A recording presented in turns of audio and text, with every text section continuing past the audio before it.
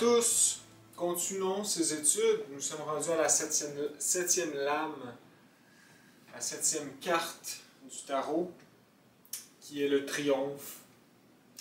Donc, c'est une carte, une belle carte, une carte forte, une carte qui signifie douleur, mais qui est magnifique parce que, en conclusion, c'est la victoire, c'est le triomphe. Donc, c'est une belle carte. Une carte, comme je dis, difficile, parce qu'elle apporte des épreuves, mais du combat. Mais c'est une belle carte, une belle synthèse. Quoi de mieux que le triomphe? Quoi de mieux que la victoire? Quoi de mieux que l'œuvre réalisée? Hein? Donc, voilà la signification du 7.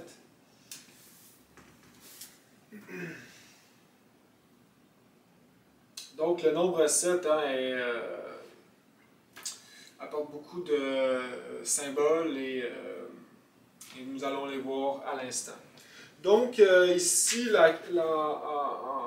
en synthèse, donc, ça signifie la guerre, la lutte, expiation, douleur, amertume, mais le nom le dit, le triomphe, donc une grande victoire. Un bel avancement. Donc ici, le maître Samael nous dit « L'arcane 7 est la lutte, bataille, difficulté. Le guerrier doit apprendre à manier le bâton et l'épée et il obtiendra ainsi la grande victoire. Notre devise est Téléma, volonté. » Donc nous devons mettre beaucoup de volonté si nous voulons avancer, si nous voulons travailler sur nous-mêmes et nous autodécouvrir. Et en même temps nous rapprocher de l'être, nous rapprocher des mondes subtils, des mystères qui nous attendent, hein, du grand triomphe. Et pour nous qui sommes ici sur Terre et qui aspirons à la lumière, à l'éveil, à la libération, eh bien, vraiment on pourrait dire que notre triomphe sera le jour où l'astral sera visible pour nous et quelque chose de quotidien, de tangible. Parce que l'initié qui réussit à sortir en corps astral, qui a la facilité de sortir en corps astral et qui l'a exploré plusieurs fois, eh bien, on peut dire qu'il peut avancer réellement et de façon constante et rapide parce que en astral, eh bien, la dynamique du chemin prend une toute autre ampleur. Juste d'aller dans des universités qui sont uniquement en astral, se faire enseigner par des maîtres, c'est un grand dharma, un grand mérite. Donc, il nous faut travailler pour obtenir ce triomphe. Mais bien sûr, hein, une fois qu'on y est arrivé, ce n'est pas fini. Hein, le chemin continue. Mais déjà là, pour nous, ça sera un grand triomphe, le jour où on va réellement posséder le corps astral. La sphère kabbalistique, c'est Netza. Donc, Netza qui est la dimension du mental, qui apporte, bien sûr, notre corps mental, et en ce moment, tous les pensées, hein, et la compréhension, etc. Donc, nous n'avons pas de corps mental en ce moment, nous avons un corps lunaire mental, donc une légion. Et le travail, et c'est intéressant ici, hein, Netza, le corps mental, et le 7 qui nous prédit des batailles et des luttes. Donc, ça nous apporte hein, le travail avec le mental. Nous devons travailler à purifier notre mental, le dominer. La méditation nous aide dans ce travail de domination du mental. Nous devons le purifier, hein, ôter toutes ces pensées inutiles de fantaisie, et afin de faire de la place pour l'être. Et en même temps, la lumière, hein, qui va nous apporter compréhension de nos erreurs, etc. Donc, le mental est un cheval de bataille, hein, un champ de bataille pour nous. Nous devons ne pas abandonner, continuer l'auto-observation. C'est très important. Arrêter nos fantaisies, arrêter nos complaintes mentales, nos préoccupations mentales. Il nous faut un mental clair, silencieux si on veut être plus performant et plus armé pour cette grande bataille que l'être livre à travers nous. La lettre hébraïque, c'est Zayin.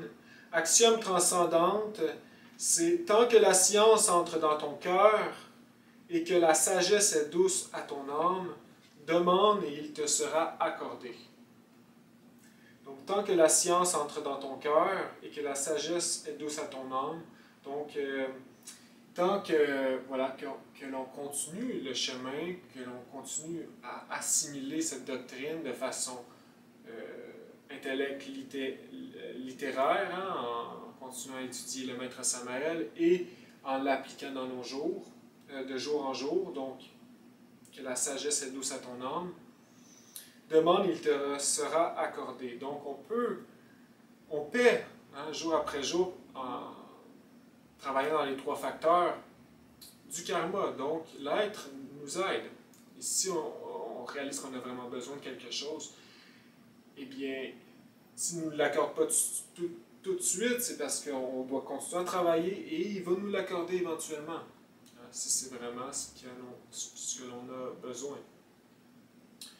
Donc c'est intéressant ici. L'élément de prédiction annonce un pouvoir magnétique, une intellection adéquate, donc l'union de l'intellect avec l'intuition, aussi le spirituel domine le matériel. Justice, réparation, honneur, déshonneur, obtention de ce que l'on poursuit avec effort, satisfaction et contrariété. C'est intéressant ici, les prédictions de cette carte, si on la pige. Donc ici, c'est ça, l'esprit gouverne la matière, élimine des doutes et erreurs, élan et désir de surpasser. C'est intéressant ça ici. C'est en lien avec le signe du poisson, donc la planète Neptune. Donc ça apporte des triomphes, bien sûr. Ça apporte des... c'est quoi ceci? Explication générale, ouais c'est ça. Je l'ai déjà dit, triomphe dans ce que l'on entreprend, effort récompensé, vacances agréables, etc. Donc voilà pour les prédictions. Maintenant, nous allons voir ce que le maître nous enseigne par rapport au 7. Il dit ici, le nombre 7 représente le pouvoir magique dans toute sa force. Le Saint 7 est le sanctuum regnum de la magie sacrée, de la haute magie ésotérique. En Kabbale, c'est le char de guerre. Le nombre 7 est l'intime, c'est-à-dire notre être réel, servi par toutes les forces élémentales de la nature. La nature est un grand organisme vivant et, en dernière analyse, cette grande machine est dirigée par des forces élémentales. Donc, on voit ici l'image de le guerrier dans son char de bataille, qui est en fait l'être qui combat, et les élémentaux représentés par le sphinx, etc. Donc, ici, on voit vraiment que, en fait, le grand laboratoire du plan physique est une espèce d'expérience de l'être ou de lieu d'avancement pour l'être à travers son âme humaine, son bodhisattva ou son essence humaine. Donc, nous devons travailler ici et maintenant. C'est le but de la vie. C'est de l'autoréalisation de l'être, le but de la vie. Pour nous et pour lui, bien sûr. Pour nous parce qu'on veut être heureux, et pour lui, bien, nous sommes lui, etc. Il y a une belle fin ici, je vais aller le chercher tout de suite parce que c'est en lien avec ce que je dis à l'instant. Le maître dit ici, notre monade à chacun a besoin de nous, et nous avons besoin d'elle. Une fois où je parlais avec ma monade, elle me dit, je suis en train de t'auto-réaliser et ce que je fais, c'est pour toi. La monade de Samael parlait à son âme humaine, en Wéor, comme ça. Autrement, pourquoi vivons-nous? Il y a un but. La monade veut s'auto-réaliser et c'est pourquoi nous sommes ici.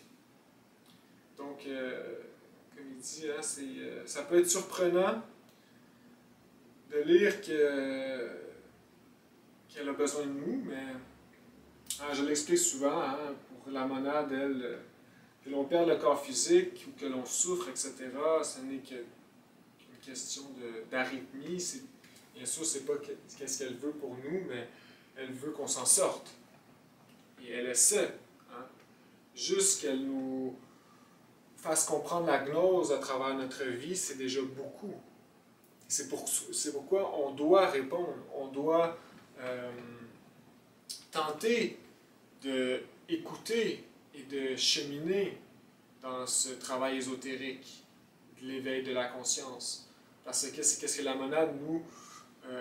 c'est parce qu'elle nous appelle, elle nous stimule, et on doit répondre. Sinon, on n'accomplit pas le but de la vie. Parce que le monde ici dans lequel on vit, eh bien, on se rend compte que ce n'est pas ça le but. Ce n'est pas l'accumulation d'objets, de positions sociales, ou, etc., du monde physique qui nous est présenté, et spécialement ici, à cette époque. Donc, on doit travailler. C'est qu'est-ce qui fait la beauté de la vie, en fait. Surtout de nos jours, où c'est très ténébreux. Hein. Ici, cette doctrine, c'est la lumière, la doctrine du Maître Samael. Donc, le 7 est en lien avec la loi du Hepta Paraparshinok. Donc, c'est la loi du 7, donc, qui suit la loi du 3. La loi du 3, on le dit souvent, c'est la création. La loi du 7, c'est l'organisation.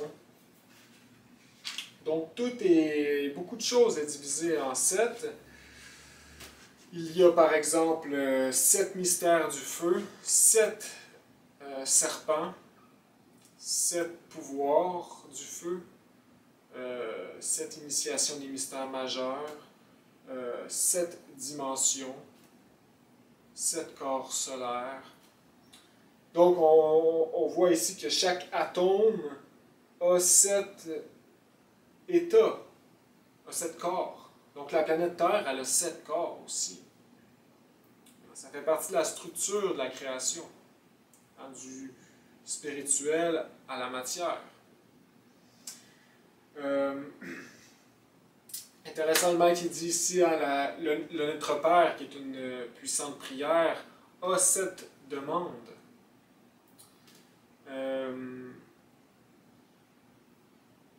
Les 7 jours de la semaine, les 7 couleurs principales, les 7 sons, les 7 voyelles, en lien avec les 7 chakras. Donc, c'est intéressant ça ici. Les 7 planètes principales.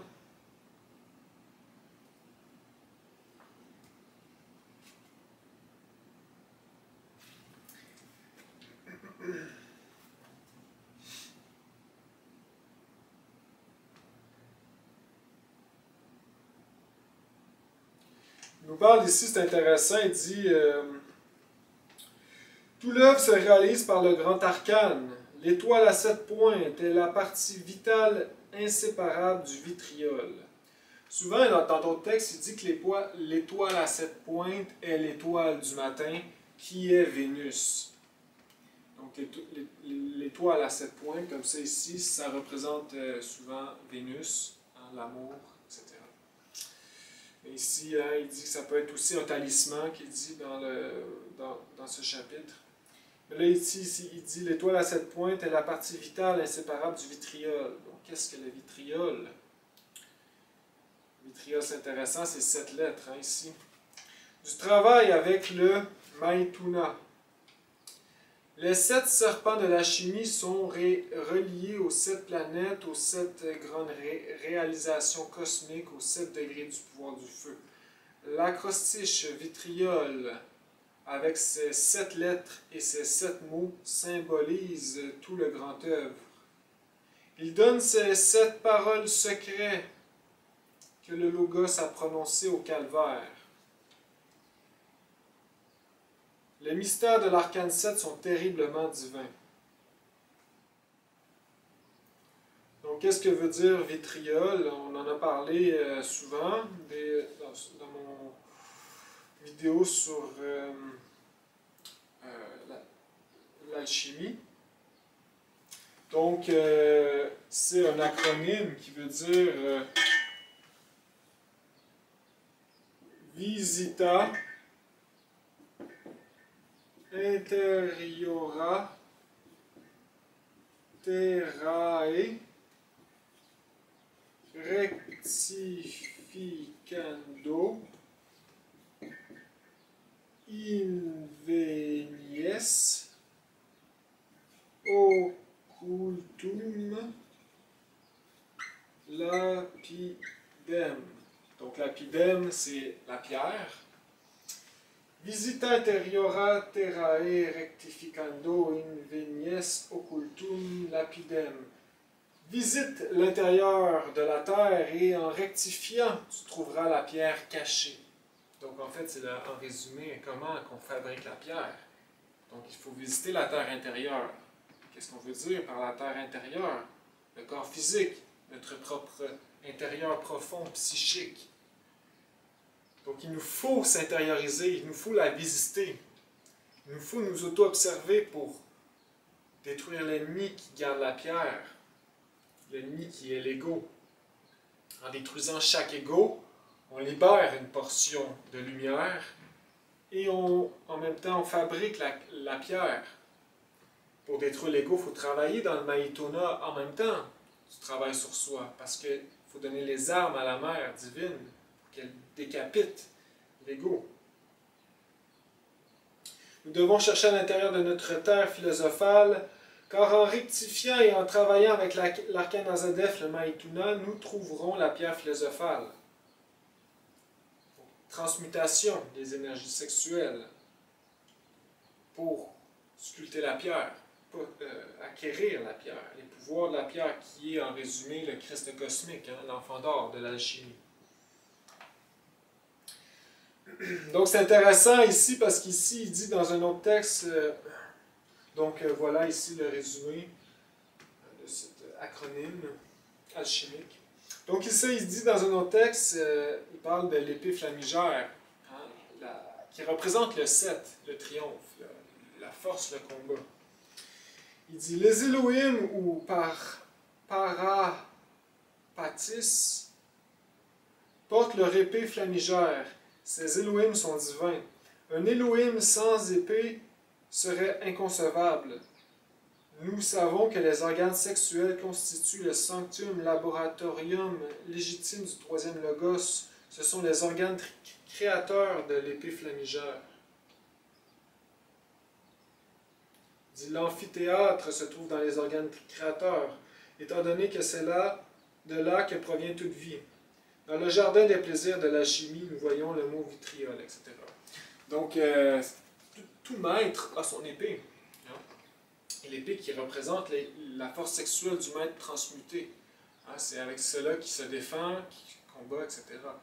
Donc, nous devons... voilà, c'est les armes. Et c'est intéressant, hein? On sait comment on fabrique une épée. Eh bien, le forgeron, il va sculpter, hein? Avec le marteau et l'enclume. Et il va la mettre dans le feu pour ramollir l'acier. Une fois l'acier mou, il l'abat. Il va la mettre souvent dans l'eau, la refroidir à basse température. Il va stresser en fait l'acier pour réussir à le modeler. S'il ne stresse pas l'acier, bien l'acier reste rigide et fixe, immalléable.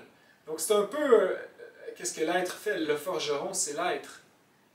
Et qu'est-ce qu'il fait avec nous? Il nous stresse. Il nous met dans des positions difficiles, dans la chaleur, pour nous modeler, pour nous affiler, nous entraîner. Donc, c'est intéressant, ça, ici, à concevoir. Le maître Samael, il parle du Maïtona, souvent il dit nous devons retourner dans la forge des cyclopes. Donc, dans la forge, une forge. C'est là qu'on crée une épée, une arme. Et des cyclopes, eh bien, un cyclope, c'est avec un œil. Ici, on parle du troisième œil, donc du développement interne, des pouvoirs psychiques, clairvoyance, clairaudience et tout le reste. Donc, c'est intéressant, ça, ici. Hein? Donc, le 7 représente l'épée. Toute personne qui travaille dans le grand arcane reçoit l'épée flamigère. Cette épée correspond à l'arcane 7 de la Kabbale. Donc, il le dit ici.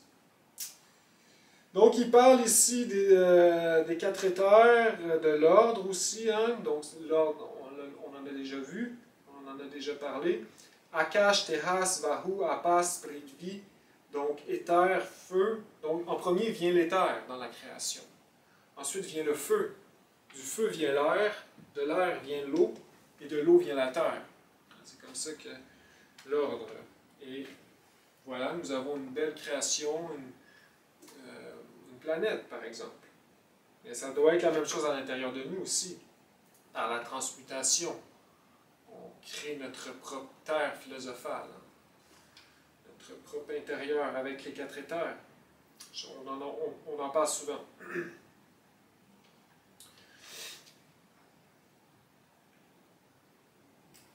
Il dit, c'est intéressant ici, qu'il nous faut transmuter les 7 vices en les 7 vertus. Donc les 7 vices, ce sont les 7 péchés capitaux, les 7 têtes de légion, les 7 familles des égaux. L'orgueil, en lien avec le soleil, il nous faut le transmuter en foi, en humilité. L'avarice, en lien avec la lune, il faut transmuter l'altruisme. La luxure, en lien avec Vénus, il faut transmuter la chasteté. La colère, qui est Mars, il faut la transmuter en amour, douceur. La paresse, qui est en lien avec Mercure, il faut transmuter la diligence, propice à l'action christique. La gloutonnerie, qui est saturnien, il faut la transmuter en tempérance, équilibre. L'envie, qui est jupitérien, il faut la transmuter en altruisme, en réjouissance pour les autres. Non, c'est ça, en réjouissance, pas en altruisme, en réjouissance pour le bien des autres. Donc c'est important ici. L'arcane 7, le triomphe, s'obtient à travers de grandes luttes et difficultés. C'est ce que nous voyons dans les 7 péchés capitaux que nous devons transmuter en 7 vertus, dans la transmutation des 7 métaux inférieurs en or pur. Donc ici, il parle des 7 régents, les 7 archanges, les 7 planètes. Ici, il parle, intéressant, des 7 signes kabbalistiques et des 7 talismans en lien avec les 7 planètes. Donc vous irez lire, il parle du globe coupé, caducé, le serpent à tête de lion, etc. Et la synthèse de ce chapitre, il dit: le Notre Père est la prière la plus parfaite. Le Notre Père fait partie des prières magiques avec ses 7 demandes ésotériques. Il faut méditer sur chaque demande. Celui qui veut être mage doit obtenir l'épée. 3. L'épée est la Kundalini. L'épée est le feu de l'Esprit Saint. 4. Il faut travailler dans l'arcane Azadef pour obtenir l'épée. La lutte est terrible. Le guerrier ne peut se libérer des 4 corps de péché qu'au moyen de l'arcane Azadef. Donc on revient toujours à la même chose. C'est pas compliqué le chemin, c'est juste le mettre en pratique. Difficile. Nous ne gagnons rien à nous remplir la tête de théorie. Mieux vaut aimer une brave femme et pratiquer la magie sexuelle avec elle tous les jours que perdre son temps en polémique, en intellectualisme, en théorie. C'est ainsi que nous acquérons l'épée de la Kundalini et que nous éveillons tous nos pouvoirs magiques pour entrer par la porte de la cité triomphante. Donc ici, je vais rajouter en même temps que le grand arcane, c'est beau, la magie sexuelle, c'est important, mais il faut dire hein, qu'on le répète toujours, dans un foyer légitimement constitué. Donc il ne faut pas forcer l'amour. Hein. Il nous faut mériter la femme, il faut que la loi nous l'apporte. Donc il faut que ça soit sur base d'amour et non d'ambition ésotérique. Donc il faut trouver la bonne personne en lien. Donc il ne faut pas avoir peur d'être célibataire si nous le sommes. Hein, et en profiter justement pour nous développer parce que être célibataire, c'est pas facile. C'est une espèce de karma. Et il nous faut en profiter pour nous combattre, nous combattre. Voilà, il faut toujours profiter de chaque moment qui passe, aussi difficile qu'elle est. Et un jour, l'être va nous permettre de rencontrer la bonne personne pour continuer le chemin dans une autre dynamique. Hein, donc, voilà. Ça prend l'amour, hein, mais on comprend ici. Finissons par les symbolismes ici. Donc, on voit donc dans les eaux de la vie, le sphinx noir et blanc qui tire le char. Donc, ici, ça symbolise hein, les forces masculines et féminines qui tirent le char de guerre. Et le guerrier ici qui représente l'intime, qui est debout dans le char. Ici, on voit qu'il y a la forme cubique parfaite. Le char, il est debout dessus, la pierre. Il est entre les quatre piliers hein, qui constituent ici, on le voit souvent, la science, l'art, la philosophie, la religion. Les quatre moyens de véhiculer la gnose, d'enseigner. Hein, ces quatre piliers sont importants à mettre ensemble, en harmonie. Donc l'enseignement, c'est une science. On l'enseigne par le véhicule de l'art. C'est une philosophie, hein, c'est une psychologie profonde et réelle. Et c'est une religion, une mystique. On doit apprendre à prier, à se connecter. C'est énergétique aussi. Donc de là, la science. Les quatre piliers, ça représente aussi les quatre éléments de la nature. Hein, où est-ce que l'être combat. On voit ici qu'il porte l'épée flamigère dans la main droite et dans la gauche le bâton de pouvoir. L'armure est la science divine qui nous rend puissants. Le guerrier doit apprendre à utiliser le bâton et l'épée et il obtiendra ainsi la grande victoire. Sur sa tête, ici dans l'image du tarot de Marseille, on voit les trois pointes représentent les trois forces primaires, dont la partie supérieure apparaît Ra, le Christ cosmique. Donc la signification ici des symboles, encore une fois, il dit, il parle du 7 en général. Il dit ici, l'arcane 7 est le char de guerre que la monade a fabriqué pour pouvoir agir dans ce monde, pour travailler dans ce domaine de la vie. Il s'agit de la monade déjà réalisée qui se manifeste par les 7 corps. D'un autre point de vue, le 7 signifie des luttes, des batailles, des difficultés, mais il vainc toujours malgré les luttes. Donc le char de guerre, un peu, c'est l'être. Le char de guerre, c'est un peu nous. Le corps physique, l'âme humaine. Puis l'être se bat à travers nous. Il essaie de nous racheter, de nous aider. Et qu'est-ce qui est merveilleux, c'est que dans l'œuvre, en nous aidant, nous, on se met à travailler pour lui, et en même temps, on travaille pour l'humanité. Parce que l'humanité a besoin de nous, a besoin d'amour, a besoin d'aide. Hein, les gens, dehors, souffrent. Et on doit le réaliser. On doit se battre pour eux. Si on le fait juste pour nous, ben c'est égocentrique De là l'importance du troisième facteur, du sacrifice pour l'humanité. Donc, c'est merveilleux, hein, cette œuvre. C'est complet.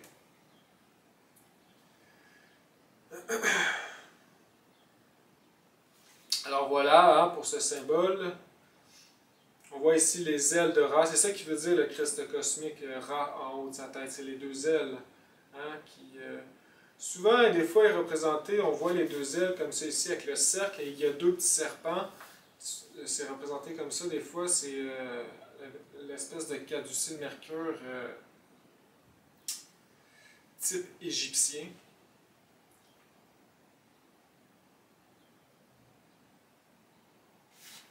Les symbolismes en haut, je ne pourrais dire. Le petit oiseau, on peut peut-être comprendre c'est l'Esprit Saint. Hein. Et le reste, c'est assez mystérieux. On va regarder ici l'image du tarot de Marseille. On peut voir ici le caducée de Mercure. Hein, on peut le voir, c'est sur le char. Donc ici, on voit hein, sur le char, c'est intéressant. C'est un peu le symbole égyptien, mais style repris par les alchimistes médiévaux. Hein, parce qu'il ressemble beaucoup, c'est intéressant. On voit ici l'espèce de fer à cheval avec l'épée. Une petite épée à l'intérieur. Les deux lunes sur ses épaules. Son armure, sa couronne, les étoiles en haut. Puis le soleil hein, vraiment en haut qui tient les draps ouverts du char. C'est intéressant.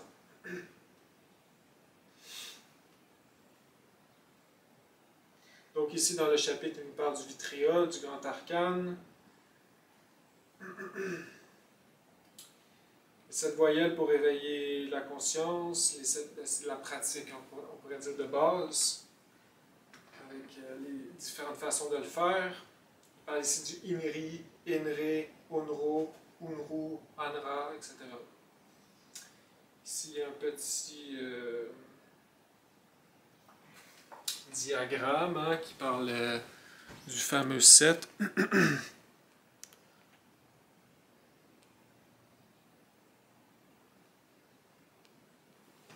Avec les métaux et les jours de la semaine. Et il y a des pratiques ici. Donc, dans le chapitre, dans le livre Cours ésotérique de Kabbale. Et maintenant, pour finir, on va parler hein, de la lettre Zayin, qui s'écrit un peu comme ça ici. Un peu comme avec un toit, un T, une espèce de T. Donc Zayin, la lettre hébraïque qui apporte le son Z. Numéro 7. Ici, c'est en lien avec Yesod. Donc ici, j'ai pris ces informations-là dans le cours du site de l'Orient. Donc je ne pourrais pas confirmer à 100% parce que je ne l'ai pas eu directement du médecin Maël, mais c'est un site très, on pourrait dire, très officiel. Donc ils disent ici hein, que ça représente ça ici l'épée flamigère. Ça représente le verbe en fait. L'épée dans le verbe. Hein? On parle souvent dans l'Apocalypse hein, du chevalier blanc sur le cheval blanc, puis il sort de sa bouche l'épée. C'est le Maître Samael, c'est intéressant. Et on voit ici que le verbe, c'est une arme. C'est une arme qui tranche. Les gnostiques, on n'a pas besoin d'armes dans nos poches, parce que c'est le verbe. Hein? Un Christ, voilà, c'est l'amour qui sort, sacré par le verbe. Alors, en Atlantide, hein, qui connaissaient plus la magie, et bien sûr les magiciens noirs, il y avait des mantras pour combattre, pour tuer, hein, pour faire du mal, par le verbe. Donc c'est puissant le verbe. Donc, ça représente la langue à double tranchant. Ça, c'est intéressant. Ça représente le mot aussi cela.